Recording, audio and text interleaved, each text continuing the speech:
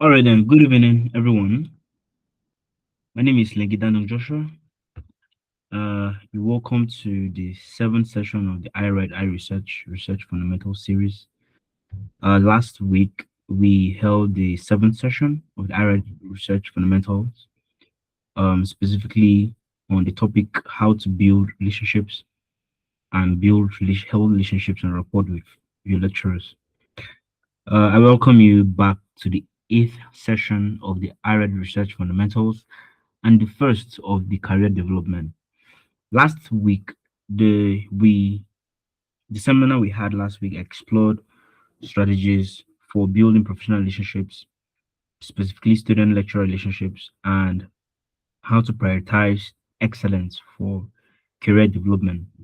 And we spoke on overcoming barriers to mentorship, how students often struggle with misconceptions regarding lecturer accessibility and fear of judgment. I also spoke on developing professional relationships that provide critical access to mentorship, and also spoke on research opportunities and academic advancement. We highlighted cultivating productive professional relationships and also rapport to say, and how engagement requires purposeful communication, consistent attendance, and maintaining clear boundaries. Mr. Joe highlighted that students should only focus on providing value rather than seeking special favors or, in some instances, result manipulation. That is far more to say abusing our, access or the privilege we have. Mr. Haggai, Joel also spoke on redefining success and the values. And these are more of things we covered. We are back today on the eighth session on how to build a CV. Most of the times, a lot of people have been wondering how do you create CVs? How do you create a CV that is aligned and in tune with the purpose of the job or the application you're mostly interested in applying? And today we have with us um Audu Oluche. He is an application specialist at the UK-based company. He's also a physicist, the final year student here at the University of Jos. He would be walking us through the detailed strategies and some of the clinical things we should put into cognizance and notice when building a very, very great CV. He'll walk us through from the scratch and how to build CVs that are in tune with different job applications. And there's something called the application tracking system. Most people apply for jobs that are not ATS aligned and ATS in tune. That's why sometimes when you make applications, your application may not even reach the HR decks because it has not been specifically and tuned to be ATS aligned. He's also going to speak about this. So as you listen, pay close attention, ask questions at any point in time during a class or session. If you don't get anything, you could just raise up your hand and I'll grant you the chance and opportunity to ask questions. So thank you very much. I welcome Aldo Oluche to the call. Thank you very much. You're welcome.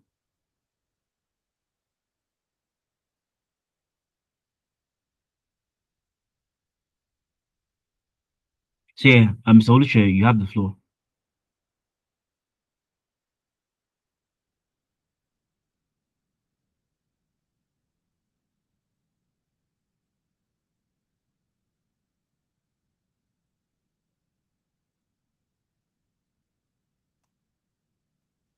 Can anyone hear me, please? Yes, we can hear you, but there are echoes in your background.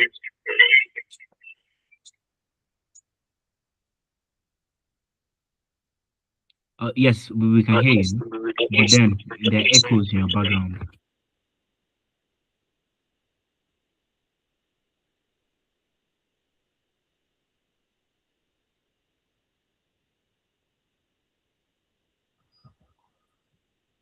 Okay, that's fine. Sorry for the short stoppage. It's as a result of trying to fix my gadgets. Um, First off, I want to appreciate Hendrix for that wonderful introduction and the startup generally. That's a good one. And I appreciate each and every one of you here. I am enjoying you to put your pen on your paper and prepare to learn, because it's going to be a section where we will learn new things. We will learn, relearn. So this is the aim of attending webinars like this. Like he earlier mentioned, my name is Audu Ioloche. I am currently an application specialist with WePly. It's an HR company based in the UK. What we do is we prepare people, we prepare applicants and customers in business sense for job interviews, and we do application for them. And as a result of my experience, I have been trained to prepare people to ace interviews, to apply for jobs, and to help them do well in the place of work. It has been a rigorous training. For me to be at the level I am currently, it took me time, pain, and a whole lot of commitment. I am bringing the commitment, the time, and the effort I've put in place to learn how to do all this, to impacting this knowledge to all of you here. And I believe everyone that is here is privileged, because every information you'll be hearing from me here is not just an information. It is a well-packed information that will help you deliver. Because I believe most of us here would want to have a corporate experience. Corporate experience in the sense that when you're done from your school, you would want to try the corporate environment, get a job probably, or get a placement that will make you have value. I'll be sharing my screen now. I have a slide prepared for this case.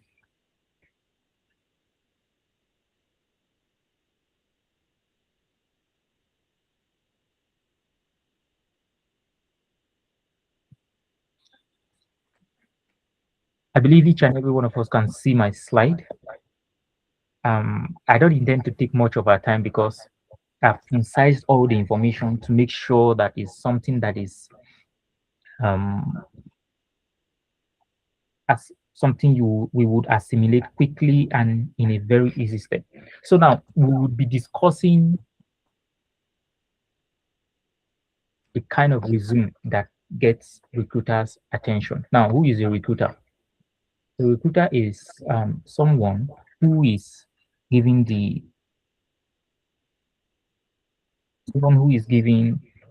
power to recruit for a firm.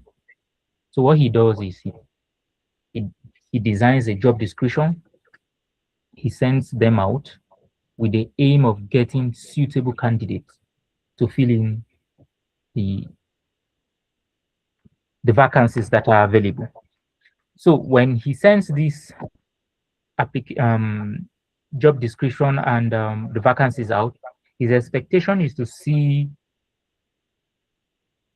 potential clients, applicants that fit in to what he wants.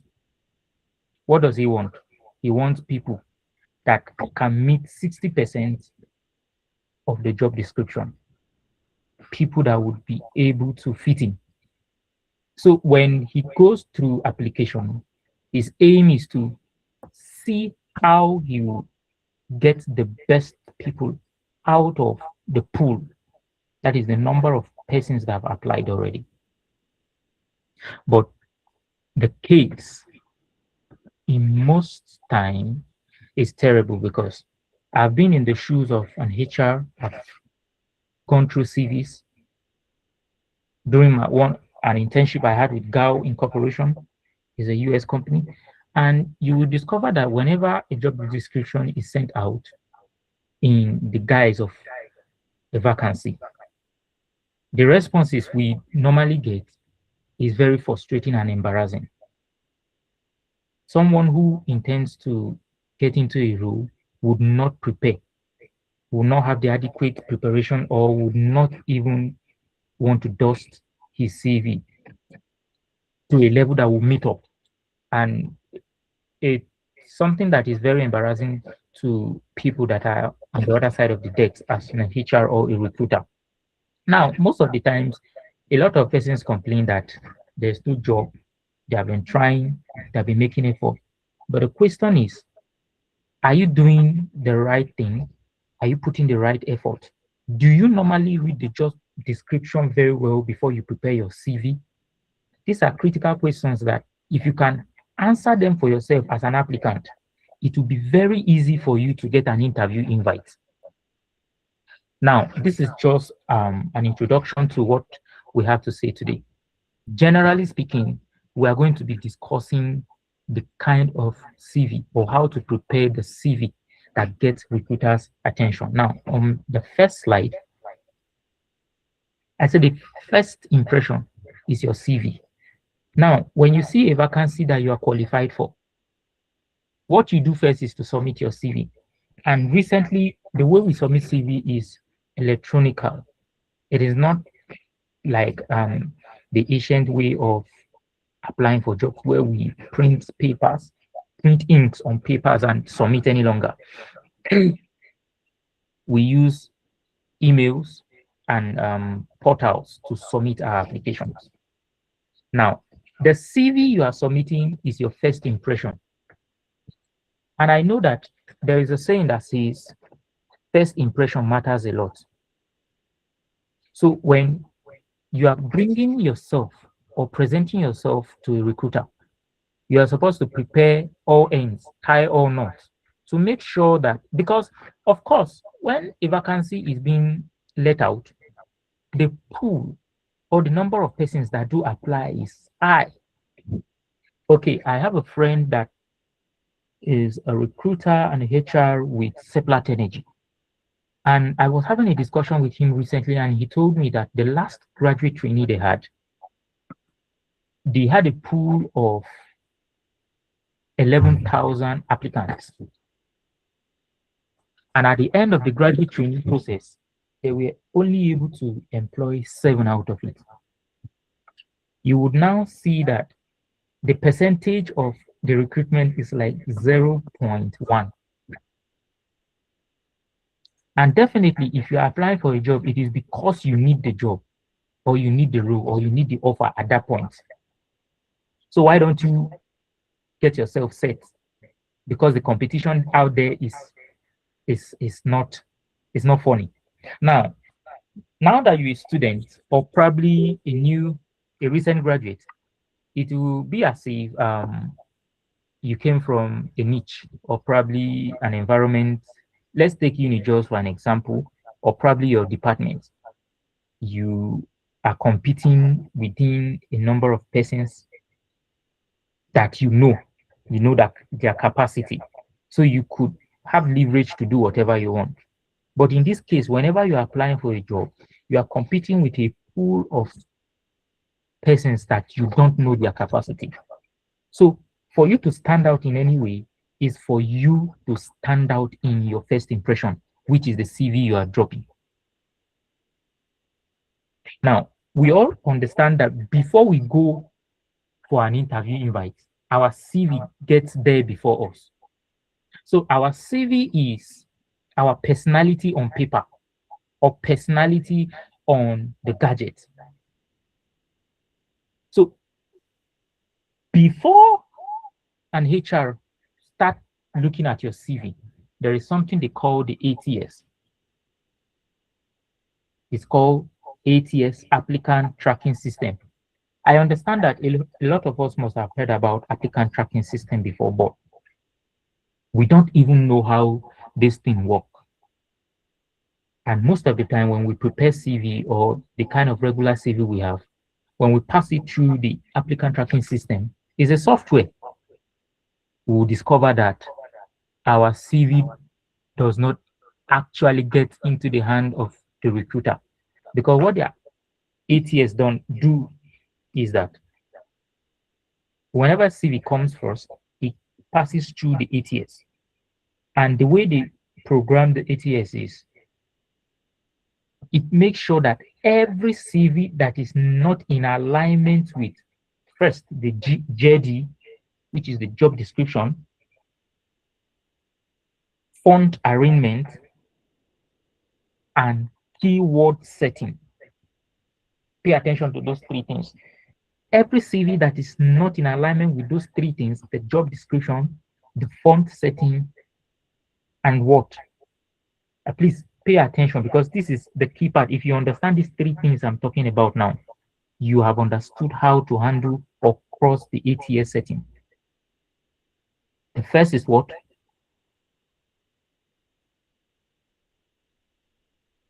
Do I have your audience?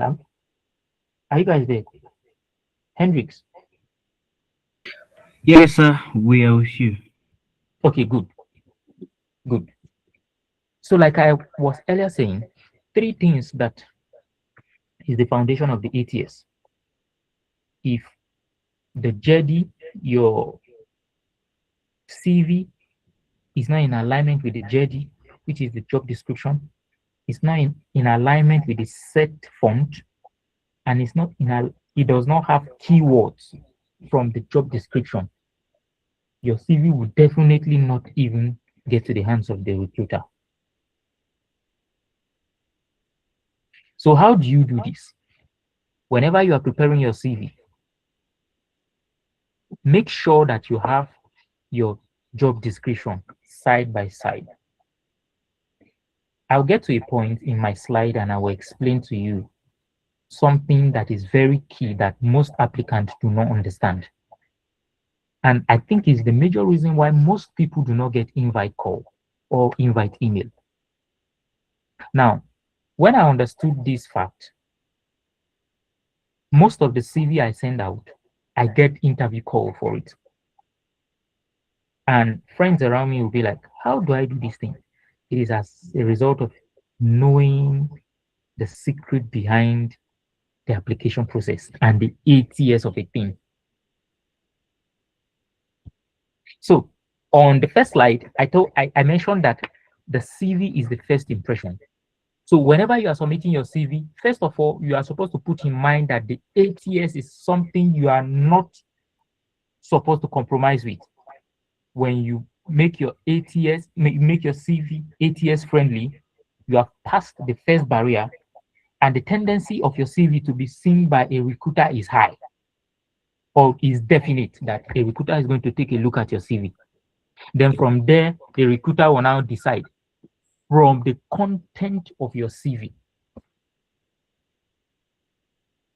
Now, on this same slide, I mentioned that the purpose of a resume. Now, the purpose of a resume is to introduce you. The purpose of the resume is to give a clue to the recruiter who you are. If you are a fit for the job, if you have the features, the skills, what it takes to be in that role.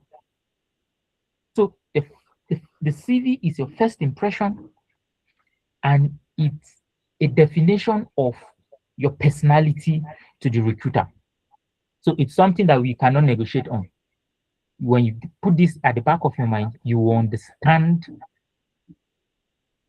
how much it is important to take your CV seriously. Now we'll go to the second slide. Now, this one is saying how recruiters actually read your resume. Now, when your CV is ATS friendly and it passes through the ATS system, and the recruiter was able to see it, he doesn't spend much time on your CV. You know why? Because there are thousands of CV for him to read through. So he first sees key things on your CV. How do you make your CV catch the attention of that recruiter? Because an average CV, he spends 6 to 10 seconds looking at it. So when he looks at it, the first 6 to 10 seconds, if the introduction of your CV or the font or the arrangement is not appealing or it's not catchy, he will next to the next person online. So what do you do in this case? Now, whenever you are preparing a CV, make sure the job title and the keywords is posted at the top. Now, in Nigeria setting, because I deal mostly with white clients, and as a result, the template of forming their own CV is a little bit different from what we have in Africa here, specifically Nigeria. But in a Nigerian setting, when you are making your CV, your name and your contact details is well placed at the top. But when you go to the Western states, the Western country, they don't want your name at the top. It is that role that you are applying for or the role that you have experience in that is on the top of the CV. But because we are Nigerians and we are being specific about Nigeria, we'll be talking about how it is made in Nigeria. Well, definitely, some of us here would have opportunity to go overseas. So get this at the back of your mind. Now, when that is done completely, take note. If you have a very wonderful CV and you have a mistake or you made a mistake on your email or the phone number you've attached, it is a clear sign that all the work done is equal to zero. Because maybe you have the skill, you have the competence, the core skills and competence, the experience, and probably everything they need. And they have selected you, they want to reach out to you, and your phone line is not complete or is wrong, or the email you gave is wrong. They will not be able to reach out to you. You now see that your effort is in vain. Just a little mistake has made you to suffer a great deal. So whenever you are putting your phone lines or your contact details, especially your email and your phone number, make sure you go through them to ascertain its correctness. Now, when you're done with that, you're going to make sure that, because in Nigeria here, most recruiters believe in results. They don't see too much talk. They don't like too much talk. So keep this at the back of your mind that your CV should be a template showing your result. Okay, let's say you are a recent graduate that does not have an experience yet. You might want to ask, how do I show result? We'll get to that. And I will explain to you how a recent graduate will position himself or herself in a place where he or she will be considered.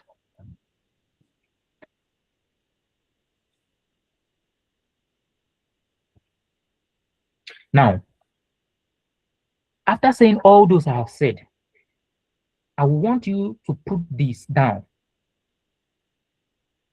In Nigeria here, for you to have a complete and a standard CV,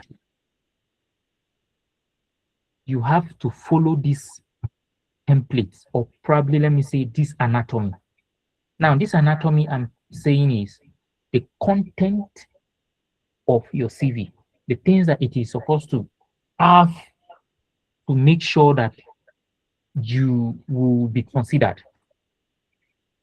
First one, I've mentioned it, it is the content information.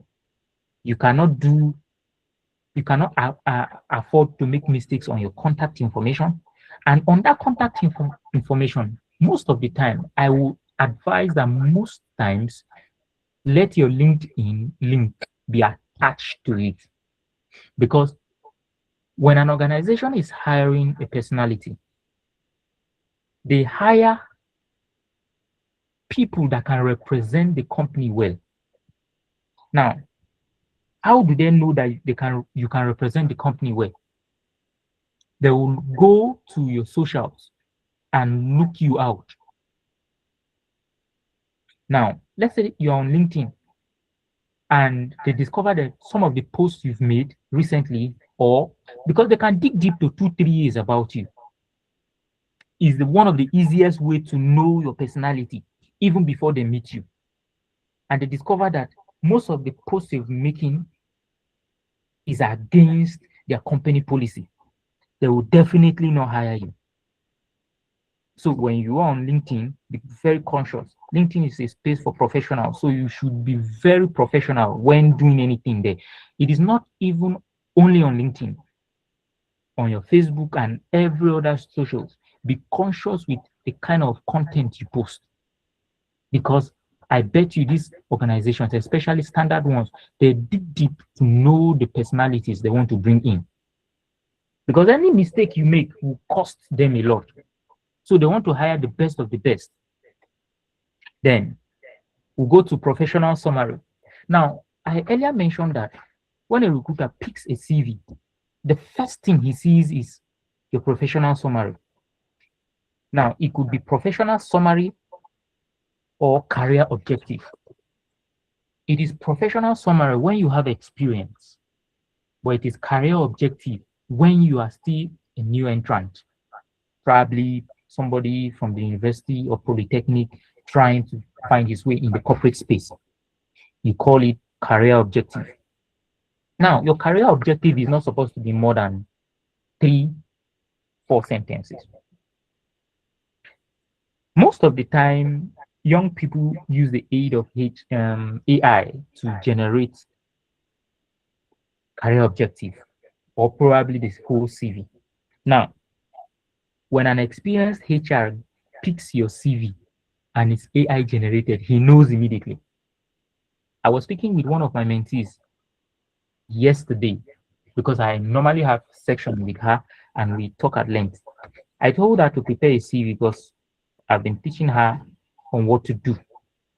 So one of her assignment was prep a CV for a personality and then send it to me for me to go through. As soon as she sent the CV, I told her that this your CV is 70% AI generated. And I could start pointing out the places where you use AI to handle. And she couldn't deny it because it was obvious. Now, an average recruiter knows an AI generated CV. You know why? Because it looks generic.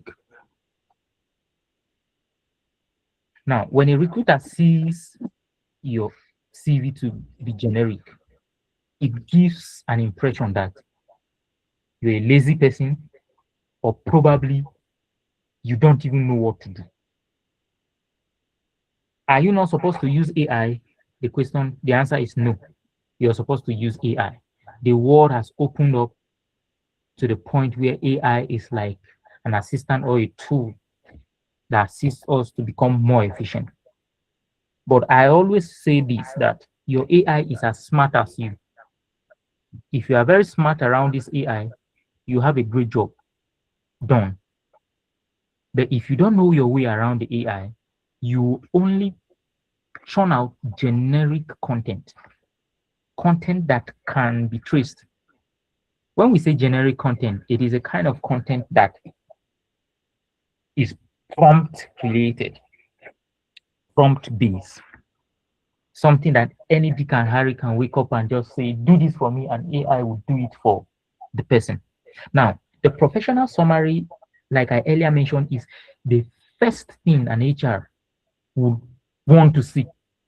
If the professional summary or the career objective catches the attention of the HR or the recruiter, he will now go and start seeing the name and probably want to make more findings on the LinkedIn. And if he's satisfied, he will now book you down for interview invite. So how do you write professional summaries? The aim of professional summary is to tell the recruiter a few things about your personality that aligns with the company's goal and how you can be useful in that role that they are advertising. Pay attention to what I said. How you can be useful to the organization via your personality, through your skill,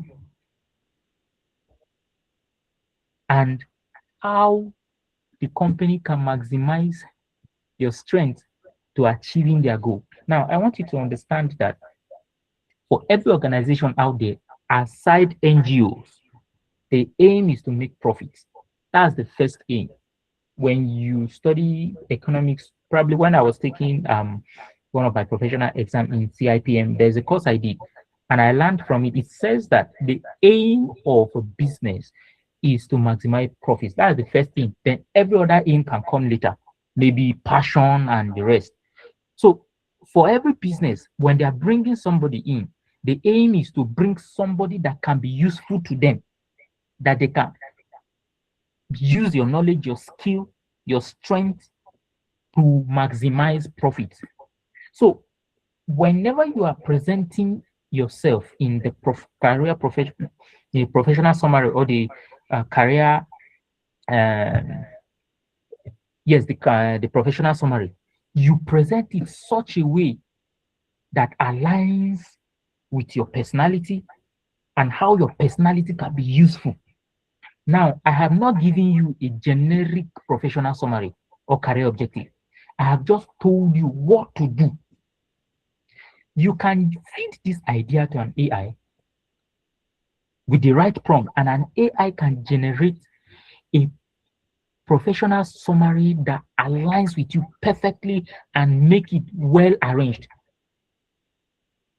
That is when you have used wisdom in handling AI to do your job for you. So, like I mentioned, your career or professional summary or your career objective is the first place a recruiter sees. As soon as it looks generic, the tendency of not moving forward with you is high. They will dump your CV and move with the next candidate. So when you give your professional summary a great shot, the tendency of moving up with you or probably going to the next stage is high. Then in the anatomy of a resume that is on the screen, the next thing here is core competence. Of course, is self-explanatory.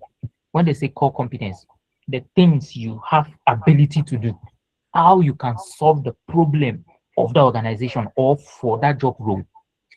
Let's say you're applying for an entry position or a graduate trainee position. Now, in the case scenario where you're applying for an entry position or a graduate trainee position, what is expected of you is teachability, not you having the skill of the kind of job they want you to do already. But mind you, there are foundational skills that every recruiter believes an entry level candidate is supposed to have. Please pay attention to this. Every candidate is supposed to have a foundational skill. One of the foundational skills is ability to communicate clearly. An organization wants people that can communicate clearly because they believe as soon as you become their staff, you're a representative of what they believe. You're a representative of their brand. And nobody will want to hire somebody that cannot represent them well. How do you represent people? Your ability to tell others about what you do or about the institution. The ability to relate well with your colleagues. The ability to represent your organization in a professional setting. So definitely a company will not recruit somebody that cannot represent their organization maybe in a government function. So that is the reason why communication skill is one of the foundational skills that you are supposed to have as an entry level. Now, I am being specific about entry level here because most of us here are still students and we might have not had enough experience yet. But if you have this foundational base or this base of idea of what I'm talking about, you will be able to navigate your way. Should probably you have experience and a whole lot, because it is not all students that are entry level applicants. some students have experiences already. You understand? So, like I earlier mentioned, part of the core competence, your base skill, ability to communicate clearly. For every professional setting in Nigeria and the whole world at large now, you're supposed to know how to navigate your way through MS Word and Excel. It is non-negotiable tool and non-negotiable skill. You're supposed to know how to use the Excel. You're supposed to the Excel, you are not supposed to know it deeply, because the truth is you cannot exhaust Excel. I've never seen anybody that have exhausted Excel, but you should have a base knowledge of it. Same way, you should have a base knowledge of how to use MS Word. In fact, let's put it this way, you should have a base knowledge of MS 365. I'm very sure most of you here must have heard of MS 365, Microsoft Word 365. There are tools all put together, produced or developed by Microsoft Word. These are foundational skills that is non-negotiable. Now, if you have these skills I'm talking about, first, communication skill, which is needed in every setting, whether you are going to sales, whether you are going to HR, whether you are going to operation, whether you are going to any area, project management, any area in the corporate space, you need to have communication skill. Is one. You need to know how to use at least MS Word and Excel. These are non-negotiable tools. So when you have some of these skills I've mentioned, it gives you advantage as a student or as an entry level. Now, mind you, the reason why a good number of persons say, we have graduated, we don't have anything to do, it is because the number of graduates that are being churned out of the universities are not being taught the necessary skills that are needed outside. Now, let me tell you this for free. Most of the time, the skills that you need to thrive outside are not taught in the class. That's the truth. If you're a physics student, a chemistry student, it will be difficult for you to come across physics terms or chemistry terms in a banking sector or in a sales environment, or probably when you are working under operation. But definitely you have to communicate with people. Definitely you have to prepare documents. Definitely you have to prepare spreadsheets. So when you have this as a new an entry level, it gives you edge over a lot of students. And these are the kind of people that recruiter wants to work with. I'm saying this from the side of a recruiter because I've been in this position, I've vetted CVs,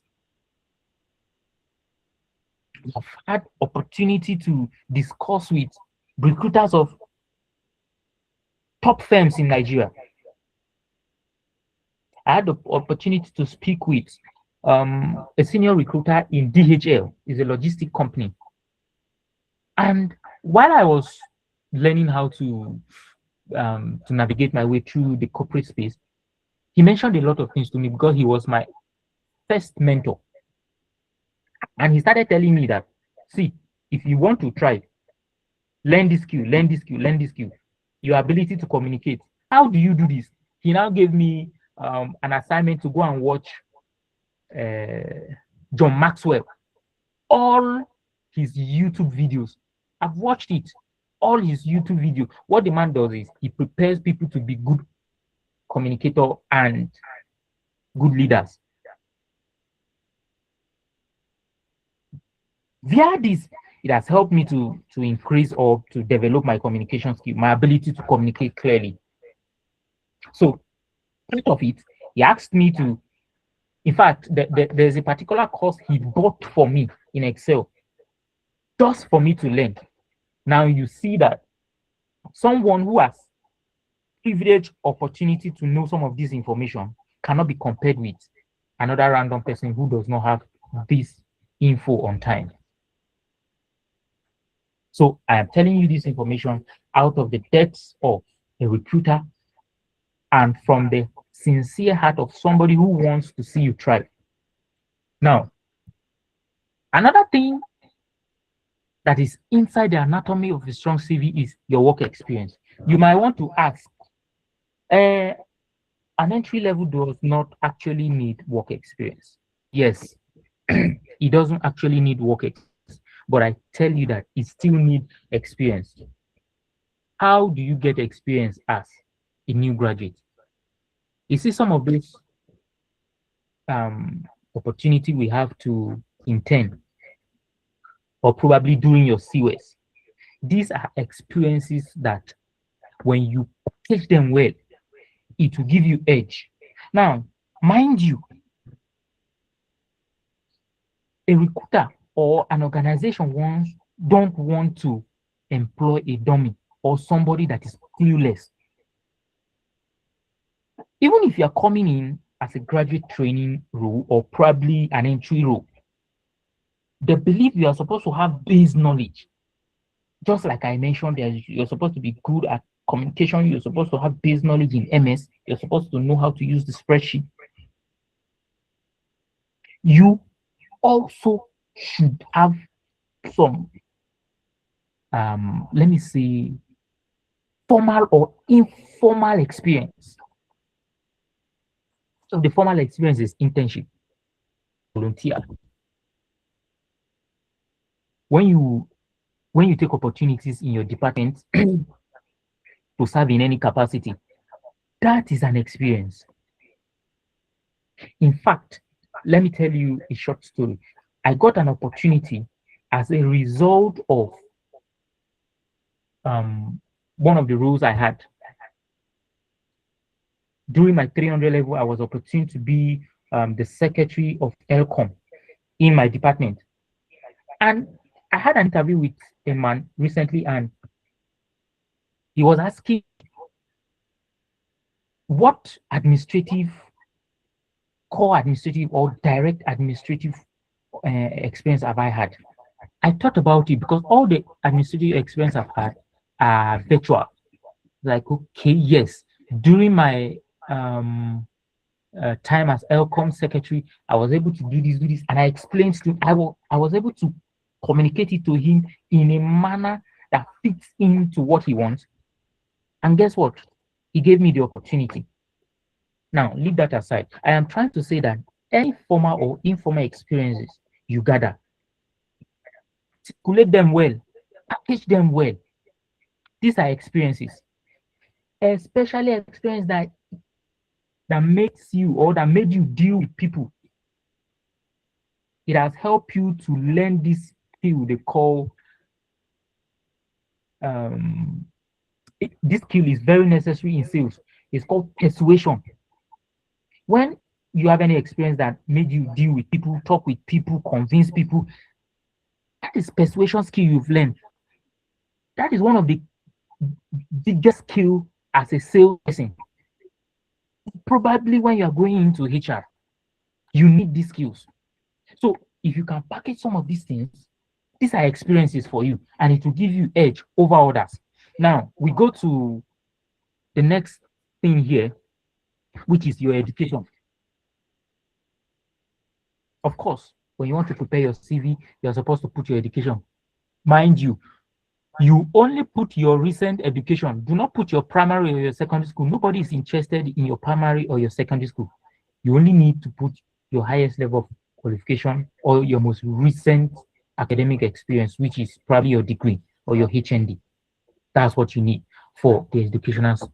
So the anatomy of a resume or your CV is that you're supposed to have your contact information well organized, professional summary, which shows your compatibility or your ability to carry out the task that is possibly ahead of you. Then your core competence, your work experience, and your education. So these are the 5 major things that you need to have in your CV.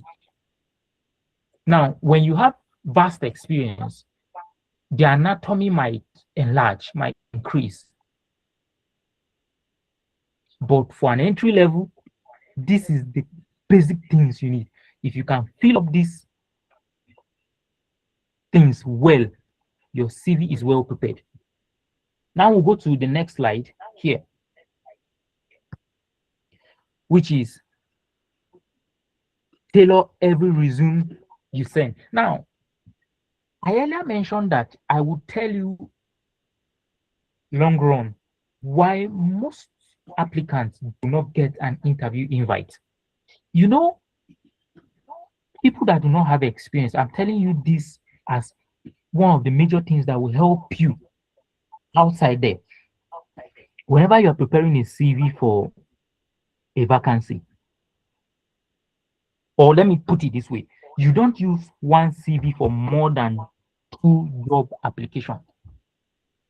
Not even 2. You don't use one CV for more than a job application. So what it means is, whenever you see a vacancy that you are qualified for, you cannot just go and carry your CV and apply immediately. What you do is you open the JD, which is the job description, and you tailor your current CV to match the JD. You do what? You tailor your current CV to match the JD before you submit. Because most of the time, people make mistake that I have a CV already. When they see an opportunity, they think they are qualified for. What they do is they just send their CV in. No, that's not how things are done. As soon as you send your CV, because the applicant tracking system is wired in a way that it follows what they call keywords. When keywords in the JD is not found in your core skills or probably your experiences, it deletes your application immediately. So for every application you're submitting, you submit a fresh CV that is tailored to that job description. Please don't forget that. Now, whenever you are tailoring your CV, put this at the back of your mind. Match keywords. Keywords in the job description. Let's say you are going in, you saw an application or a vacancy for sales. Make sure that terminologies in the job description that is related to terminologies that are related to sales that are in the job description, let them be found in your CV. As soon as they are found in your CV, the chances of you getting an interview invite is high. Please don't forget this. Now we go to part of another information I would want you to know. You know, most time, a lot of persons do not know. They do not know the difference between a resume and a CV. They are two different things. According to the table we have here, a resume is typically 1 or 2 page. Listen, for an entry level, do not have a resume that is more than a page. No recruiter has the time to go through more than a page. Like I earlier mentioned, a recruiter sees 3 things in your CV: your professional summary, your core competence, and your experiences. If these 3 things aligns with what they are looking for, the possibility of getting an interview invite is high. So for a resume, it has the length of a resume is smaller than compared to a CV. Now, CV can run up to 5, 6, 7 pages. Now, CVs are majorly used for people that are going for, let's say, academic work. They want to start PhD. They ask you for your curriculum vitae. And what it entails is every detail about your life, every detail about your academic work. But for resume, it doesn't need all the details. It only needs summary of things that are related or important to that job description. So let's say you have an experience as a salesperson, you now had another experience as an HR, and now you saw a vacancy for HR. Now, for resume, mind you, do not go and put your experience for sales. It is not needed. Only put the experience that you have in HR because you are looking for an opportunity in HR. But let's say you see another opportunity in sales. Because you have experience in sales, you can apply for that job. You can put your experience in sales and remove that of HR. That is why I tell you that for every application you are dropping, you are supposed to tailor your CV to the current job description. Good. Now we go to the next thing, the content. Like I earlier said, the content of a resume is majorly your skills, experience that is related to the job you want to apply. But that of CV, it gathers all your academic work, all the research you've done, all the webinars you've attended, some of the small tools you gathered, the certification you had from me, all the professional examination you've taken, publication, research work, talk, and awards. You gather them in your curriculum vitae. But CV does not carry all those things. It carries only it's concise. It carry resume is concise. Sorry, it carries only the important details. Now, typical use, like I've earlier mentioned, standard for most job application in US, Canada, and Nigeria. Now, resumes are used for job application, while CVs are used for academic research and medical roles and general job search. Now, CVs are used for opportunities that is academically related or government related. You understand? When maybe they want to give you a ministerial appointment, they will ask for your CV. Now, all the things you've done, all the help you render to people, the awards you've gotten, all the details will be attached to the CV.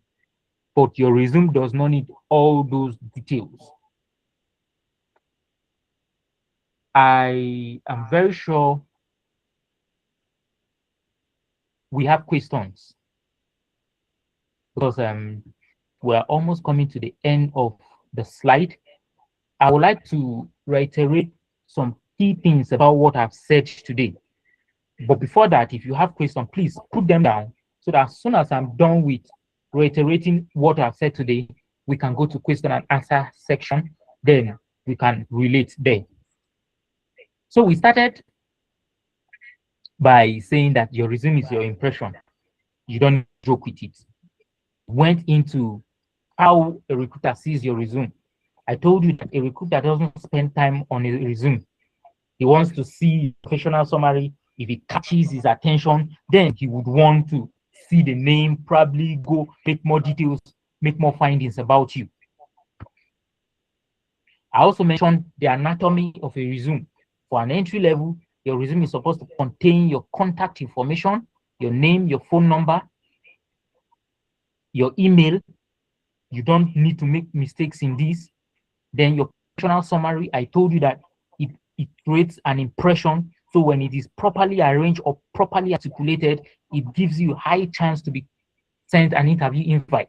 Then we go to the core competencies, then your work experience and your education. I made mention of you making sure that for every application you submit, a CV is supposed to be tailored to it. You cannot submit that CV you used to apply for yesterday's role to today's job vacancy or job advert. And I also told you that don't forget to match keywords whenever you are preparing your core skills, professional summary, and competency. That area, make sure you use key skills, key match and keywords in the job description in it, so that when the recruiter is seeing it, he sees that, oh, this is the job description. Because for him, when he's reading your CV, he has the job description with him. He's looking at it, he's comparing it with what you have. So don't forget this. And I finally talked about the difference between a resume and a CV. I told you the resume is concise, it is 1 or 2 page maximum, but a CV could be several pages. And I told you what CV is used for, what resumes are used for.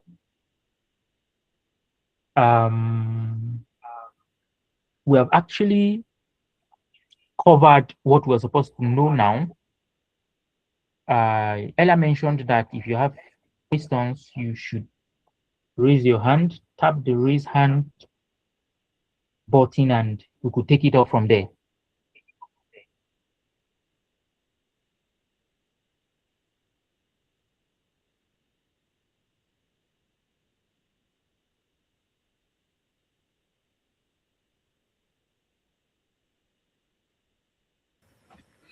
Okay, all right. Thank you very much for the session. But I have a question anyway. So Okay. on ATS, I don't know if I all right. So on the application tracking system, right? You mentioned that um when building your resume, there are keywords on the job description that you must have on the CV because they are being used to match the ATS uses them to match your CV, and if it does not find those keywords or terminologies, it automatically deletes your CV. So my question is there a particular system that has been built specifically as an ATS where different companies just tune them to job descriptions? Yes, every Interesting. standard organization have what we call the HIRS. It's called the Human Resource Information System. It's like a database that has several softwares attached to it. Software for HR analytics, software for compensation benefits, determination, various software, all attached to the HIRS. Now, the ATS is also one of the softwares that is built and is attached to the HIRS. So it's like a software of its own that is used for this purpose. Wow. Have I answered Understood. your question? Yes, sir. Very much well. I didn't know about the HIRS before. So Okay, the ATS, so the HIRS is like a suit, like a HR suit now that contains exactly, several softwares for different purposes. exactly. Understood. So at the start of the class, so small, you I was taking notes, but then I missed this specifically. You gave a distinction, a very, very important distinction between um clients who apply to jobs in the US and in the Western states and the culture to it.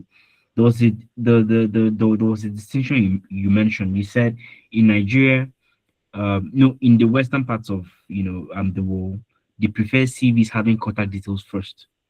Then in Yes. Nigeria, you said they prefer. I missed the other part from Nigeria specifically.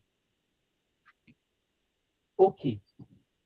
In Nigeria, what the framework of the CV is that your name is boldly displayed. But when you go to the Western state, what the need is the the job role that you are applying for. So let's say you are applying for um, head of HR. Your CV would boldly carry head of human resource. Then beneath it, your name and your contact details is attached. That's how it's done there. Oh, understood. So now, right, there's a hook now. We have international companies that are in Nigeria, and those companies are Western companies, but Mm, specifically geolocated in Nigeria. So how do mm. you handle such cases where you apply to That's it. job in those That's companies? a very wonderful question. Now, when I mean Nigeria and Western states, what I mean is the environment. The company does not matter. Now, I can tell you that we have Nigerian-owned companies in US, when they are doing their recruitment, they follow the normal practice that is being practiced in US or UK. You understand? If Yes. we have people like JP Morgan, is a Western a company, but we have a branch in Nigeria here, JP Morgan. If you are submitting CV there, you submit it the way we do it in Nigeria here, because most of the time they contract recruitment to outsourcing agencies. And definitely outsourcing agencies are agencies in Nigeria. So you do your CV the way it is done around this place. So that's how it's supposed to be. I understand now. So you build your CVs to get you into the culture of the people around those companies where they're Exactly. located. Okay. Exactly. All right. Understood. Um, what more? I think I have a couple of questions just that they've just skipped my mind. So some of them have flown away. So I also got the important distinction between what the standard resume is and then what the CV, like the two different between the two. I used to think, by my own thought, I used to think that a curriculum vitae is for the French, or they prefer to use the name CV more, and then the Western nations prefer to use the word resume more. That was just what I thought the distinctions between them were. Do you know that it was No, more that of one is the layman explanation to it. yeah, I mean we learn every day. This is very, very Yes. good learning outcome for me as well. Mm, Um so so as a recent graduate, right? And I'm mm, applying to roles like graduate trainees, it doesn't matter my okay, presuming I'm a graduate trainee who, because most companies cap those ages at maybe 25 or 27. So presuming I'm a graduate, but not yet up to 27, but I've got different experiences, right? Do I mm. still tune my CV as that of an entry level?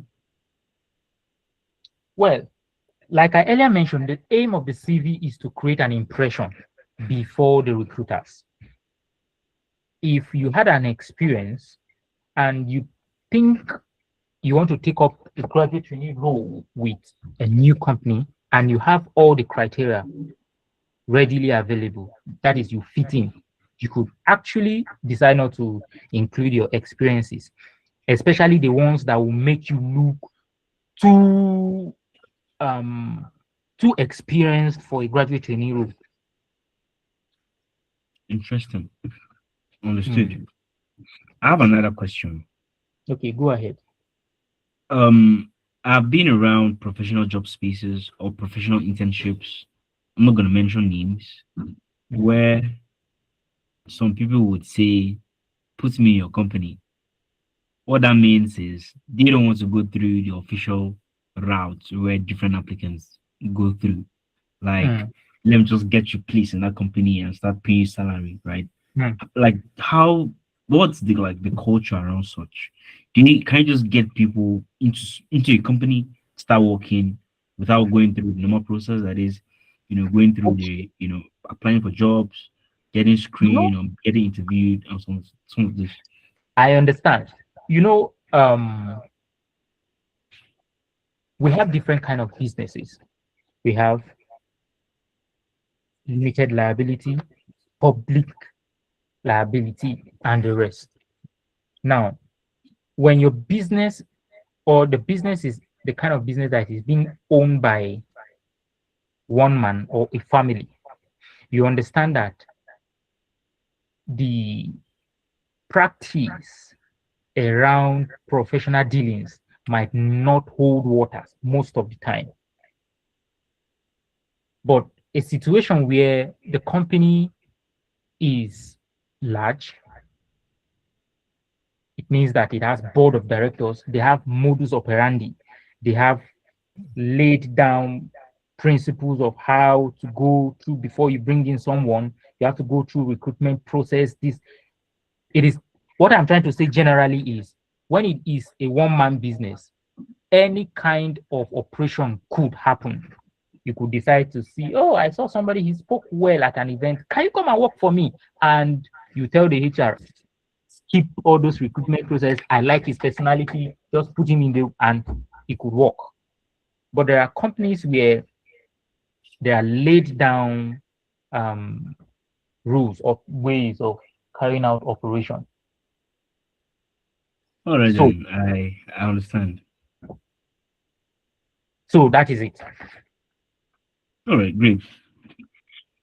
So I think I've exhausted the questions I have on my paper or my notes or some things I like to seek clarity on. Um, so yeah, I don't know. I don't have any questions, but So, so do I if you have have any questions from questions, any other person? okay, yeah, Ben, you can speak. Thank you very Okay, much. Ben. Okay, thank you so much, sir, for this wonderful presentation. So my question is, let's say for instance, as a fresh graduate or as a recent graduate, Hmm. if you are um, designing a CV or preparing your CV for an application, and then you are asked to or you're supposed to provide work experience, and you have not worked before, you have not done any work before, where you can say, okay, this is the work experience that I have. In that case, what do you do? What can you put as your work experience? Is there any thing you can do to or Okay. say as your work experience? Okay, a good question. I pointed out this same thing earlier. Now, for you to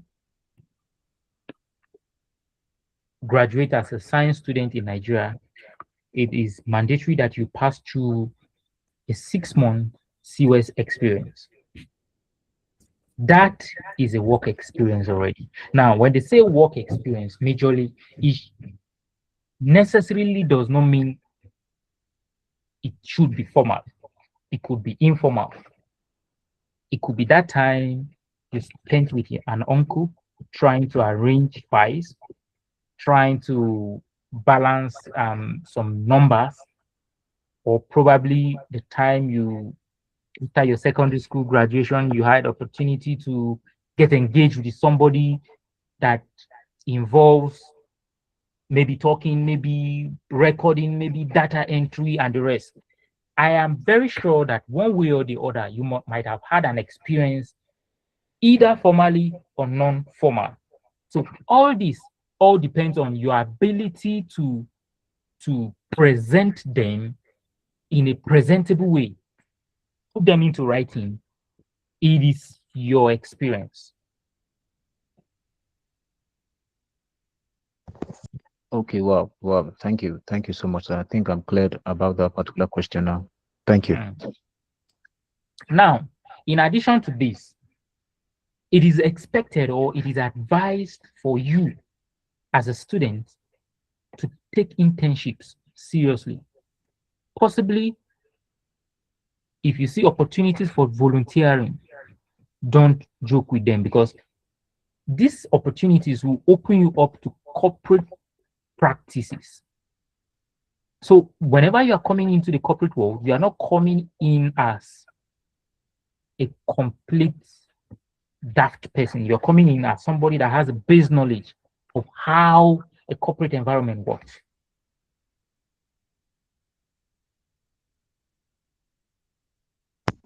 All right. So, in that case, are you saying something like volunteering is also can also come under work experience? Yes, volunteer is a serious work experience. In fact, it is placed higher than internship. Reason is because most times volunteering does not need um, monetary exchange. That is, money is not involved. That's what it is. That is volunteering. Now, what that means for a recruiter or for an organization, it shows that this person is not in for the money. He's in to contribute value. Definitely, you are in for the money, at least to a large extent, but you are not going to present it to organizations that your aim or your goal is to make money. Your goal is to present value. So most of the times, volunteering experience or voluntary experience are placed higher than internships.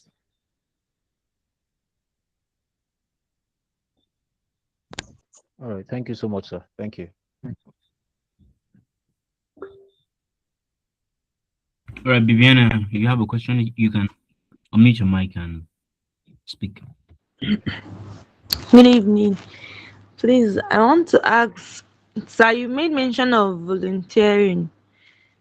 So, I wanted to ask, what of these online courses that people take and have certificates? Where do you place that in your CV exactly? Because you made mention of putting down the most recent, or in your resume, sorry, like where do you actually place that in your resume? Because you said putting the most recent and whatever. Okay, if I got you right, you are asking where online certifications or generally certifications should be placed in your CV. Now, whenever you get a certification, it is a report card that you have undergone a training which help you to be competent in an aspect. So you can place that in core competencies, not work experience or core skill. You could call it core skill or core competencies. So professional certifications could be placed under core competencies because you had that certification because you underwent a training, and as a result of that training, you were able to solve a particular problem, or you have what it takes to solve a particular problem. So you have competence in that aspect or that area. So you're supposed to place your certification, your professional certification, or some of this certification you get online in core competence. Okay, thank you. Sorry, I have another question. Go ahead, please. And this very one is not about online certifications. Like those around 20, no, I think that was last year. They did like this UNICEF project in Benue, and we participated, and there was work. It was kind of volunteering, but then at the end, certificates were given. So how then do I go about that kind of situation? At the process of volunteering, you did not know what to do at the beginning. It was when you went there, you were told what to do, right? Yes, exactly. Well, It means that you guys were trained to do or to solve a particular problem. So you have competence in that area of certification. So it is still under core competence. okay. And Thank also, you. in this case, you mentioned, you could actually put this experience under work experience because it's a volunteer. You were taught on how to do something, you learned how to do it, you used that knowledge to carry out or to solve problems. So you did the job, you had an experience. That certification you had and you put can be attached to core competence. Then the work experience could be put under work experience. Do you understand? Yes, I do. Thank you. You're welcome.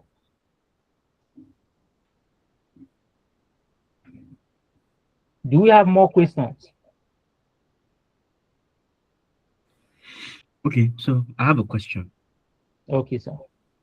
So I've seen, so as well, based on my experience with seeing job descriptions, some come with um um um um some come with, how do I put this?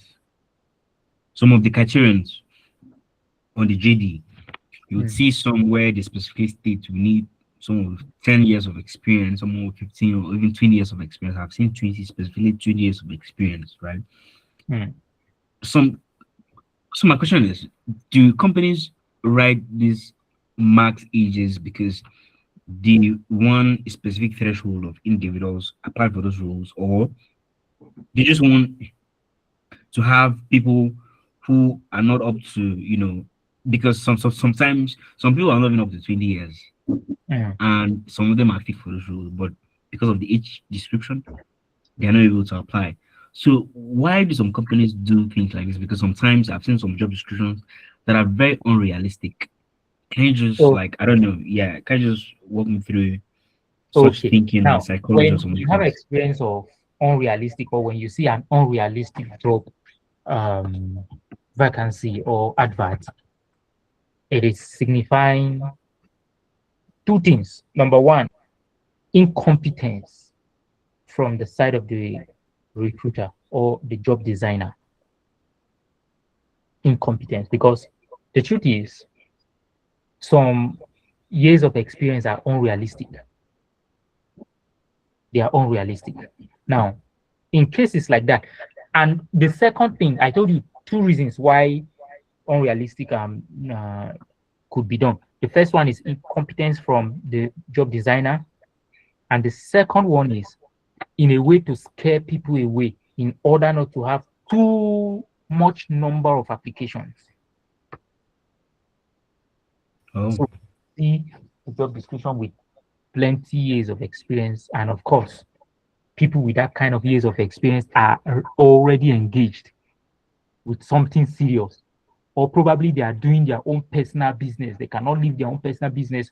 Do you get my point now? So the number of persons that will submit application will not be much, and definitely, they will not have to do too much work. oh, I But understand. the Thank you. thing, the underline, or if you have a deep knowledge of what happens in that workspace, that if you see a job description with unreasonable job years of experience, they don't actually need that years to do anything. I understand. Mm. Okay, so sir, this I think this could be more personal, right? Okay. Because you made mention that once a recruiter sees a job description, like sees a CV or a resume that is AI generated, they know immediately. Yes. How do you feel about reviewing such CVs? What's your own personal like experience? What's your own personal outcome? Like, how do you feel when going through some of those resumes or CVs? Okay. When I was talking about this particular talk or this particular slide, I made mention of one of my mentees that she created a generic CV. Now, when you have experience with vetting CVs or creating CVs, you know when a CV is generic or when a CV is from a human tone. I am not saying we should not use AI, but when you use the AI smartly, you will have a CV that is close to human tone. So when I pick up a CV that is generic, it has this AI syntax. The words are too correct. The flow is too perfect. The alignment, when I say flow, it moves from one tone to the next, and it creates this scenario of perfection. That is a sign of an AI generated material or content. Now, is it that you will not use AI? I use AI, but I use AI in a way to help me guide my own personal content, just to present it in a better way. So when you see when AI presents a human content and an AI generated content, the difference will be obvious, especially when you have experience with doing these things. All right, sir. I get your point. Thank you very much. So we also have Abraham has his Abraham. hands raised. Yes. Mr. Abraham, you can unmute and speak. Okay, I came late. I did not see the this in time, so I must have missed one or two things that you people discussed. So I have questions, Sha. Just few questions, and one of them is, can I get a summary of everything that is going on after this what did they used to call it, after the webinar, like the people have record of what people teach or talk about. Yes, it's being recorded, so that is not a problem. You could actually lay your hands on the record much Okay. later. Okay. Another thing is, as somebody, as a student who is actively seeing opportunities that I'll try pitching in, but it used to be difficult. You people offer coaching, which will be very important, because I'm not asking this thing just for me, maybe for other people too. There's opportunities, or maybe you can create a group, because it's something very nice that maybe you can continue for us. Okay, please, can you rephrase that question for me to get it clearly? Like now, somebody like me, I've been Yes. trying to like apply for 1 or 2 internships. Yes. Always finding it difficult. So I don't know whether whether it's possible to create a group that, so that it will not so that after this thing, some of us that have this opportunity can easily like pitch in and ask questions. Okay. I understand completely. Now, this is what you do. First off, are you on LinkedIn? Yes, I'm on LinkedIn. Are you active on LinkedIn? Partially, I just get on LinkedIn this year because I was even trying to apply for something. Then I have to like create LinkedIn account. So that's when I started seeing one of all these opportunities. So Okay, now. Okay, now like, I want you to understand that the LinkedIn space is built for people that actually have interest or long-term desire for corporate experience or professional space. Now, for you to get opportunities, one of the easiest way to get some of these opportunities through LinkedIn and through mentorship. When you have a mentor who is in this phase or has passed through this phase, you understand that he has information to internship opportunities. He will guide you, take this step, do this, you understand. And also, this platform, I write, I research, is somebody saying so, something. no, they were calling somebody, so I had to go.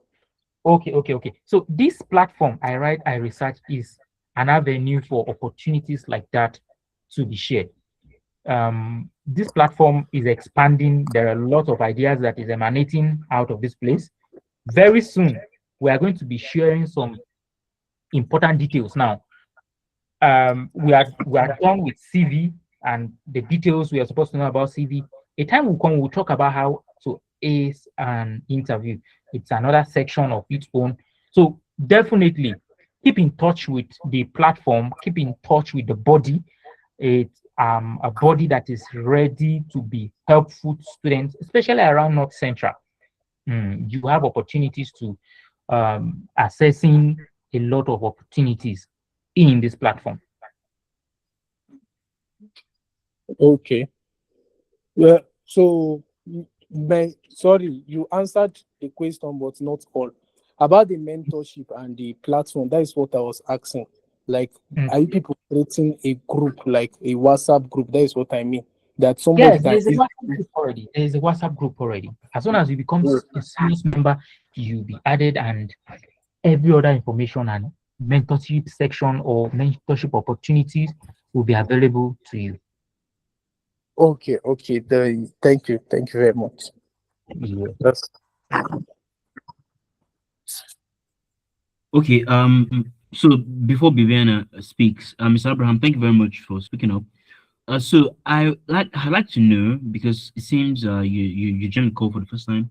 So I would like to keep in touch with you after the call to get added to the group, to the WhatsApp group we already have, right? So you could message I don't know, who did you message?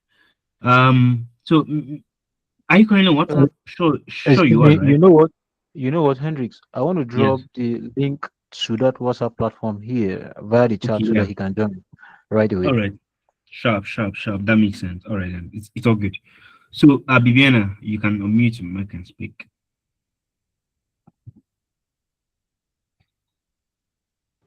Sorry, sir. Please, I want to ask another question. Not Go really a ahead. question, but I just want you to say something about this stuff. I came in quite late though because I got back late. I heard you talking about recruiters checking and social media pages, and actually remembered one thing I read online. Like someone applied to a bank for a role, and they like checked his socials and saw that he really he actually spoke bad about the bank and he got Mm, rejected for the role. mm. I think if I'm not forgetting Zenith Bank or so. So how I'm asking, what I need clarifications about is when recruiters and post a role on and you apply, they now go through your socials to like check if you have been having contradictory statements about things or in general. How does that happen, please? Okay, now this is how it happens when you are having an engagement with an organization related to recruitment. Like I earlier mentioned, they want to recruit someone that can represent the organization well. One of the ways they do a background check on you is first off is on your socials. The first it's on LinkedIn because it's a professional space and anything that is being said there is highly considered. So maybe you're talking about how Zenith Bank has been very terrible, their network is bad, that they are not good people, they don't treat people well. And you had opportunity to be interviewed by them. They will check you and see, okay, no, this one does not have alignment with what we are doing here, or is not in support. Or probably they are because for every organization they have what they call um, what they believe in. So if all you say is contradictory or does not align with the company objective or company goals, they believe they cannot work with you. You cannot be a good fit for any role in the organization. So they check you out on your socials. They check and if the recruitment process has gone to a point where they are having certainty of bringing you in, they will do what they call background check. And part of the background check is they check your socials, your Facebook, your LinkedIn, your Twitter, and the rest to see how aligned you are with their goals, the company goals, or the kind of post you make. Are they hate speech? Are you negative in everything you say? Or are you a constructive person? These are the things they check. They see the kind of picture you post. Yes, I'm very sure about it. I'm very critical about it because these are things that during my certification examination, we wrote exams on, prepared on the processes and how background checks are being made. So they are very critical. If you have interest in going into the corporate space, you really do not have to take chances. You have to be conscious with the kind of content you put out, your lifestyle, because this all is a fragment of representation of your personality.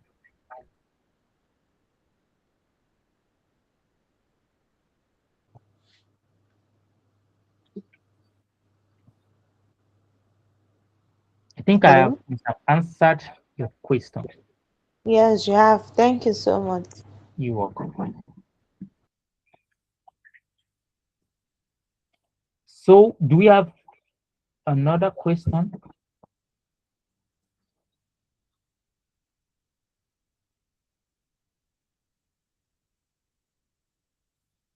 Okay, Hendrix, I think we've exhausted the question, and I'll hand over the floor to you to. Uh,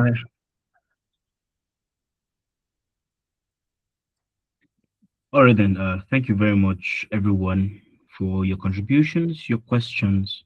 You've enlightened us and added more to our current stack of knowledge. And to you, Mr. Oluche. Thank you very much. You have shared for free years of blood, sweat, and tears in learning about these things, and you've given it us to free. We There's no such big thing bigger than what you've done right now. We want to appreciate you sincerely for it.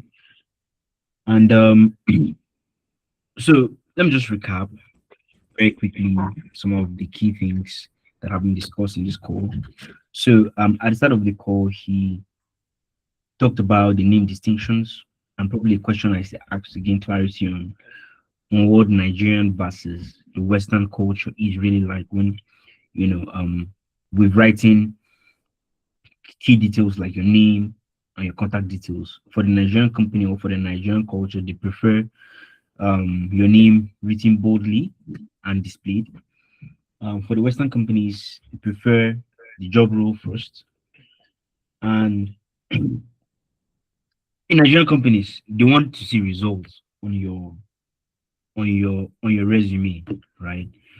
Um, he also talked about the anatomy of the CV, where he talked about the contact details. These are some of the things that is the framework that guides writing of the CV for an entry level role. Your contact details should be there first. Your professional summary, which carries the objectives, right, for your own self. Your core competencies, your work experience, and last the education. And then he spoke on how to make a professional summary, right? This professional summary, it is what is very useful to the organizations and is the first thing to normally review when reviewing your CV. And he made mention of some of the core competencies everybody should have, regardless of your field. You should be teachable. Teachability is very one core competence that everyone should have. I recall I was watching a very brief snippet, a 60-minute interview with Wale Tinubu. He's the CEO of Owando, right? He made mention, he said, if you cannot be teachable, he can fire you from his company. So you need to be very teachable because they don't expect you to know everything. There's no one size fit knowledge for all. So you gain experience as you're being taught and as you carry yourself through the job.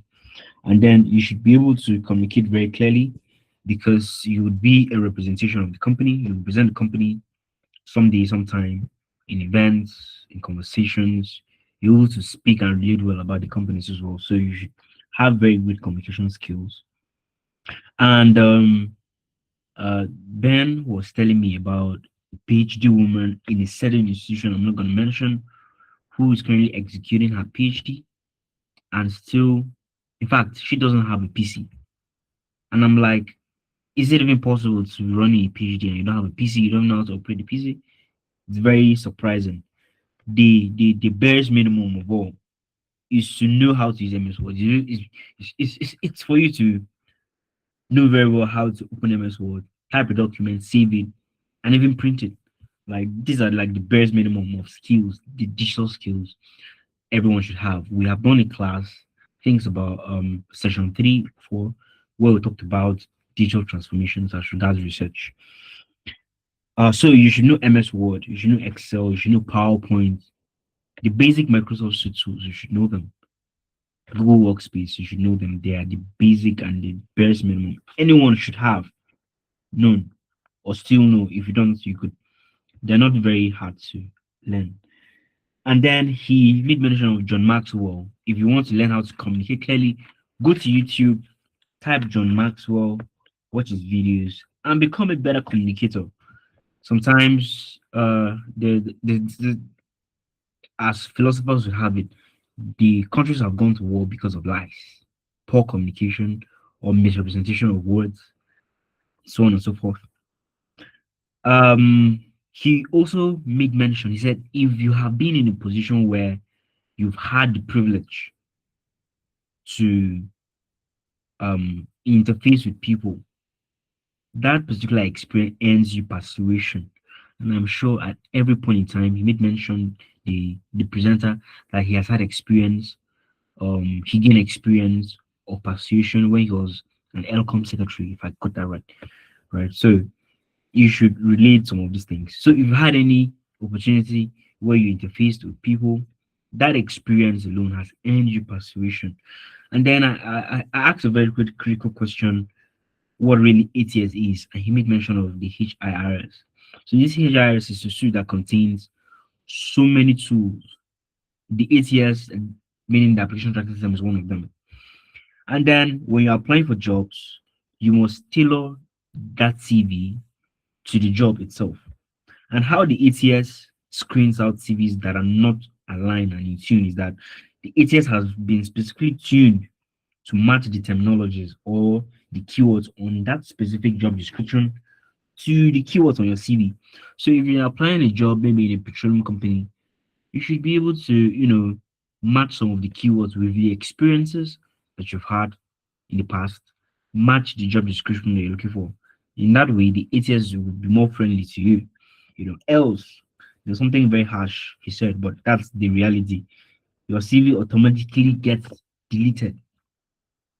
That's the cost of not having your CV tuned to the job description.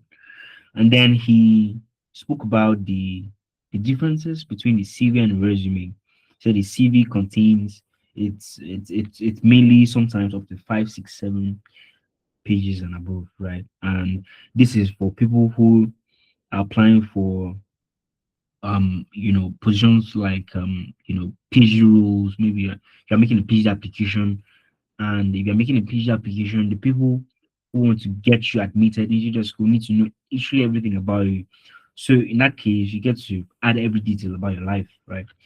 And then a resume is typically 1 or 2 pages, and it's mainly suited for entry level roles. And then some of the things that should be on your CV, on your resume, sorry, for an entry level role is your professional summary, your work experience, and core competences. And then your contact details too as well. And sometimes it takes just 6 to 8 seconds to screen a CV. And sometimes I think it may be shorter than that if AI is detected, right? So bottom line is whatever you're doing, do it to the best of your ability. Whatever is worth doing well, still do it to the best of your ability.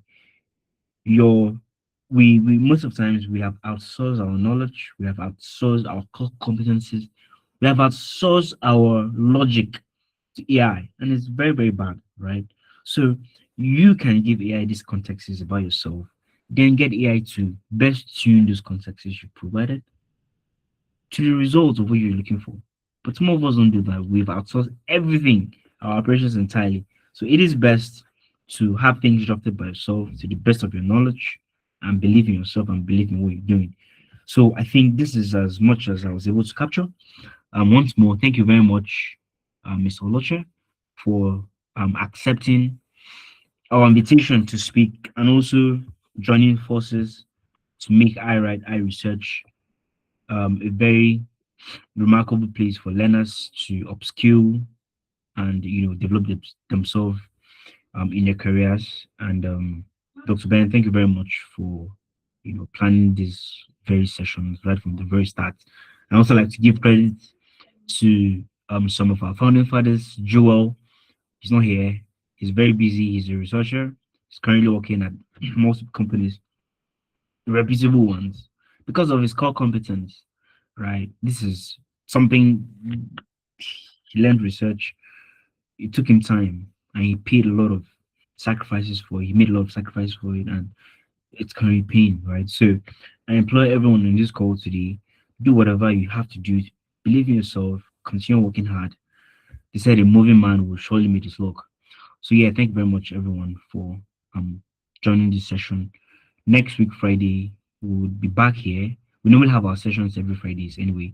Right on the call on our WhatsApp group, I will drop our LinkedIn page and our YouTube page. You subscribe to it, go back and check our playlist on research fundamentals. This is the 8th video or the 8th session and also the first session on career development. Subscribe to the page, watch the videos that you think are best in tune, aligned to the purpose of what you want to learn. So yeah, thank you very much. That's all for me. Without any much more questions, I call it a day. Thank you very much. Have a good night.